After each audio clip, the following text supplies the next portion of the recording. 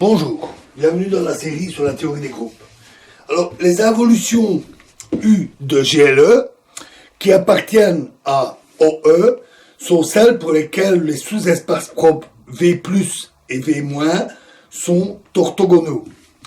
On dit encore qu'une telle involution est une symétrie orthogonale par rapport à V+. Lorsque V+, est un hyperplan H, on dit encore une réflexion orthogonale de droite V- égale H orthogonale. Si la dimension de E est égale à n, toute transformation orthogonale est produite de n réflexions orthogonales au plus. Lorsque V+ est de dimension n-2, on dit que l'involution est un renversement d'axe V-. Pour n supérieur ou égal à 3, toute rotation est produite de n renversement au plus. Tout renversement est un commutateur de O plus E, si n supérieur ou égal à 3. En effet, soit E1, E2,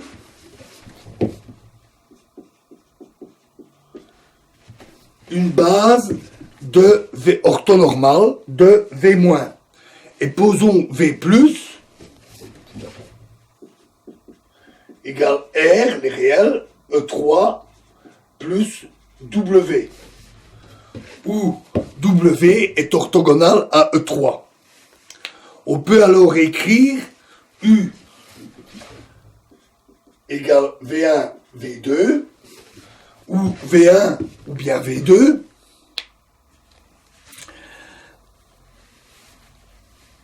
est le renversement d'axe R E1 plus E3. RE3, pardon. Ou RE2 plus RE3 pour V2. Comme V2 est conjugué de V1 dans O plus E, et comme V1 égale V1 moins 1, renversement d'un renversement ordonne l'identité, on a alors que U est égal à V1 S, V1 S moins 1 pour un certain S appartenant à O plus E. On en conclut donc que O plus E est son propre groupe de commutateurs et aussi le groupe des commutateurs de OE. Le centre Z0 de OE est formé de l'identité et de la symétrie X en moins X.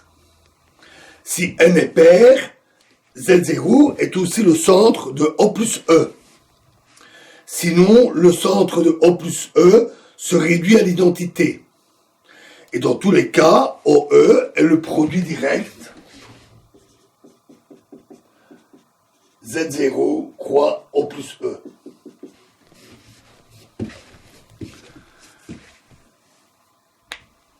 Pour que deux sous-espaces vectoriels, V1 et V2, soient transformés l'un dans l'autre par une transformation orthogonale, il faut et il suffit qu'ils aient même dimension.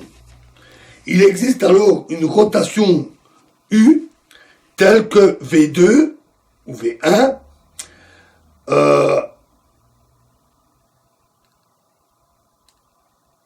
transforme un sous-espace vectoriel en l'autre. Les symétries orthogonales par rapport à V1 et V2 sont alors conjuguées. Venons-en maintenant au cas particulier de la dimension 2. Pour une matrice U, grand U, d'ordre 2, le calcul montre, c'est assez facile, que la relation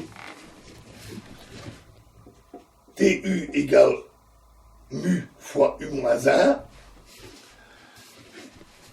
équivaut à dire que grand U ne peut prendre qu'une des deux formes matricielles, U1 égale alpha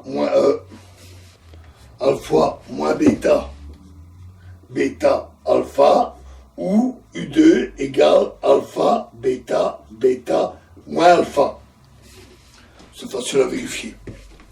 Avec alpha carré plus bêta carré différents zéros. Les matrices U1 sont celles des similitudes directes et U2 sont celles des similitudes inverses. On déduit de ces formules que le groupe GO plus R2 des similitudes directes est commutatif. Donc aussi le sous-groupe O plus R2 des rotations. Les rotations en 2 dimensions sont commutatives. GO plus R2 opère de façon simplement transitive dans R2 moins 0. On voit aussi que GO plus R2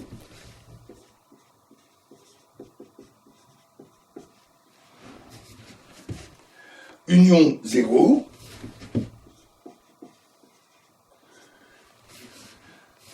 est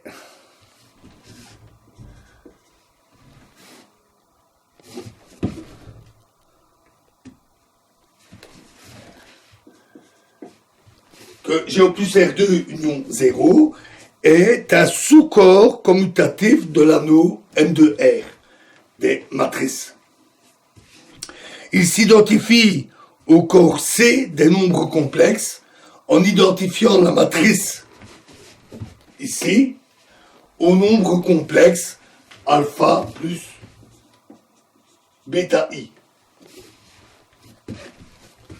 On vérifie facilement que les multiplications matricielles suivent les mêmes règles que la multiplication complexe correspondante, qui est ce nombre complexe est l'image du vecteur de base E1 par la similitude correspondante. Le groupe O plus R2 est alors identifié avec le groupe commutatif, noté grand U, normalement avec une barre, des nombres complexes de module 1, on dit aussi unimodulaire. On appelle groupe des angles un groupe qu'on note petit u, on va le noter simplement petit u, comme ça, qui est isomorphe à O plus R2, donc à grand U, mais qui est noté additivement, au lieu de la notation multiplicative. Il n'y a par suite pas de distinction essentielle à faire entre les notations d'angle et les notations de rotation plane. Bien qu'il soit habituel de parler, par exemple, de la rotation d'angle θ. Donc on mixe les deux. Et on note cette rotation comme Rθ, qui appartient à O plus R2, qui est aussi O plus 2R.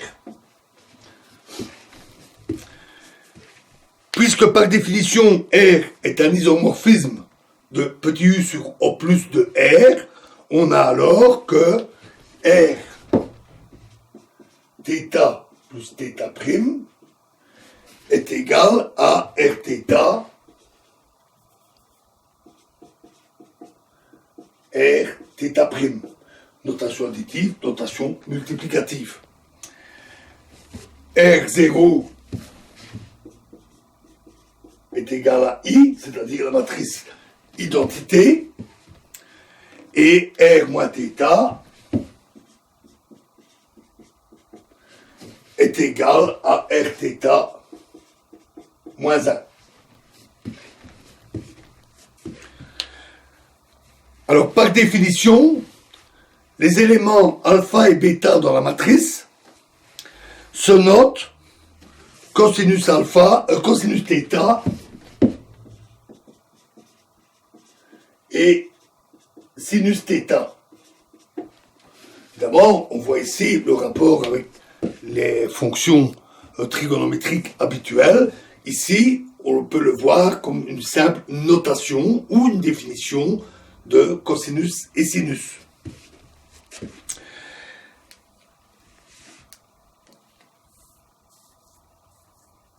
Et on les appelle donc cosinus et sinus de l'angle θ qui appartient à petit u.